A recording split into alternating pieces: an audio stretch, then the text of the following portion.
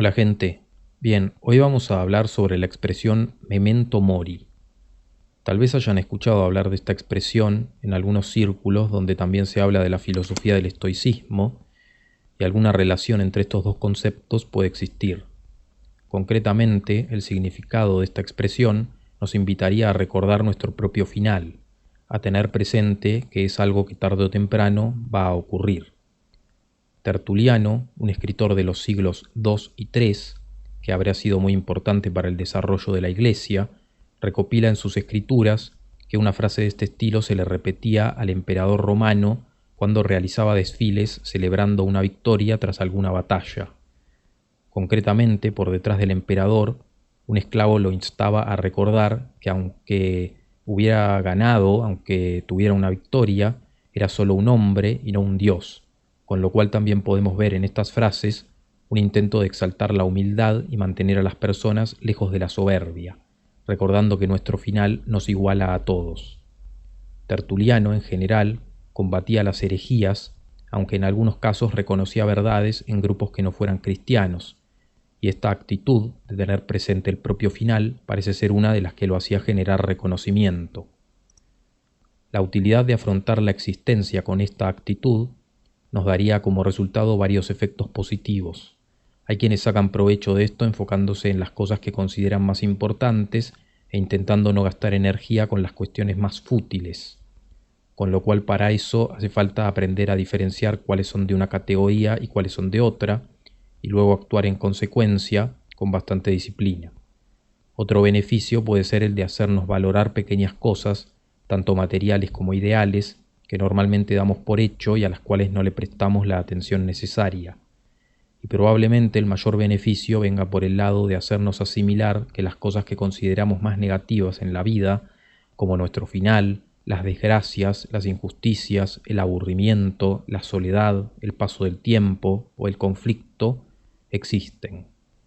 El tener asimilado que ese lado de la vida existe y puede ocurrir nos da templanza y nos hace estar psicológicamente preparados para atravesar ese tipo de situaciones. Una vez que todo esto está asumido en nuestra mente y empieza a generar sus efectos, es fácil reconocer la diferencia con las personas que no se lo plantean, lo cual también nos puede llevar a entender algunos aspectos de nuestro sistema actual. En varias fuentes donde se explica esta expresión, memento mori, se habla de nuestra comunidad como la sociedad del avestruz, porque frente a ese tipo de procesos duros que hay que atravesar en la vida, preferiríamos no verlos y esconder la cabeza bajo tierra. Esto es una actitud muy diferente si es comparada con el tipo de vida que podían llevar nuestros ancestros en sus diferentes sociedades, donde nuestro final inevitable ocupaba un lugar importante, y hay que destacar que esta actitud no se llevó adelante solo por los estoicos, sino que, por ejemplo, los cristianos también tenían muy presente todo este tema.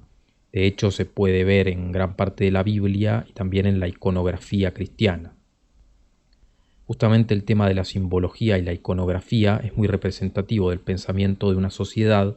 y partiendo desde la Roma antigua y pasando por la llamada Edad Media hasta llegar al Barroco, existieron corrientes artísticas que se especificaron directamente en crear formas de arte que se relacionan con el tener nuestro final presente. Tal vez las principales corrientes artísticas que encarnaron ese rol fueron la pintura de bodegones y la vanitas.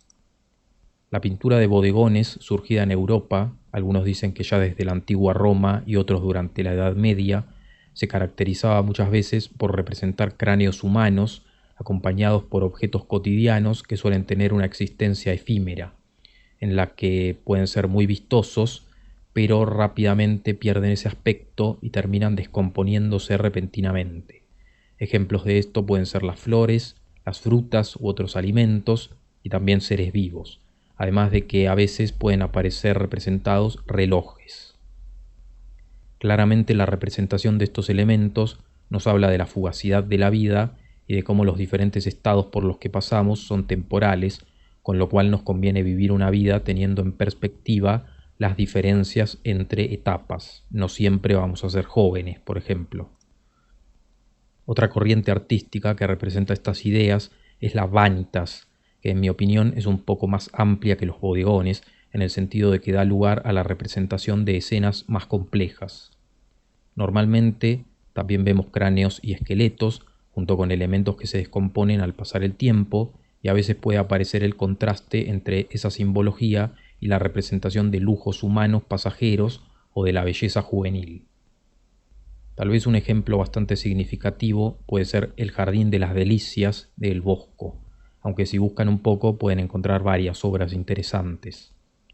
La relación con el cristianismo podría verse incluso en el nombre de la corriente, porque se especula que podría derivar de frases literales de Eclesiastés, así como también de otra frase como que del polvo venimos y al polvo vamos. También se puede mencionar la importancia que tenía este tipo de pensamiento para la orden de los benedictinos, o también las decoraciones en iglesias que, si no me equivoco, están ubicadas, por ejemplo, en República Checa, que están repletas de huesos. Todo este tipo de representaciones probablemente llegaron a su máxima expresión durante el Barroco, en donde además es bastante curioso que haya sucedido esto, porque fue una corriente artística y arquitectónica bastante pomposa, en donde se usaba el llamado horror al vacío, es decir, no dejaban ningún espacio sin algún ornamento. Posteriormente se siguieron realizando algunas obras, pero muchas perdieron el significado original que venimos analizando. Incluso más en la modernidad se puede hablar de algunas fotos que se han popularizado como ilusiones ópticas, pero que en el fondo son parte de la corriente Vanitas, en las que podemos observar a una mujer viéndose en un espejo, formando todo esto una pareidolia en la que se percibe un cráneo humano. Esto me llamó la atención porque pareciera que en la actualidad, con tanto Instagram y tanta selfie, sería bastante necesario tener en cuenta estos principios que se pueden entender a través de la expresión memento mori. También surge la pregunta de en qué momento nos volvimos tan ajenos a esas realidades de la vida que muchas veces se prefiere no ver, y tal vez alguna respuesta pueda estar en el hecho de que antes se temía lo que podía suceder luego de esta vida, si hay un castigo o una compensación por lo que hicimos, y progresivamente adoptamos una visión más científica y empezamos a pensar en vivir más, en usar tinturas o cosméticos para aparentar juventud,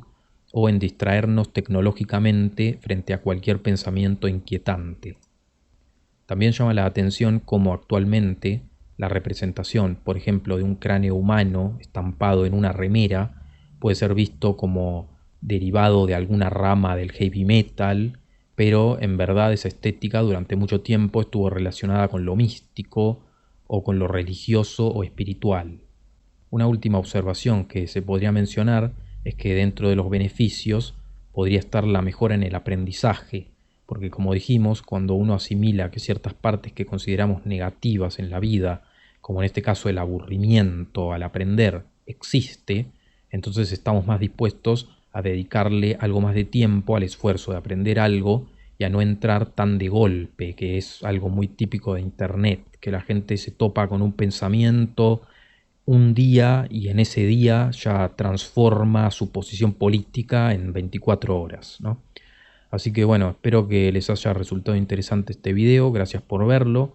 nos vemos en el próximo y un saludo.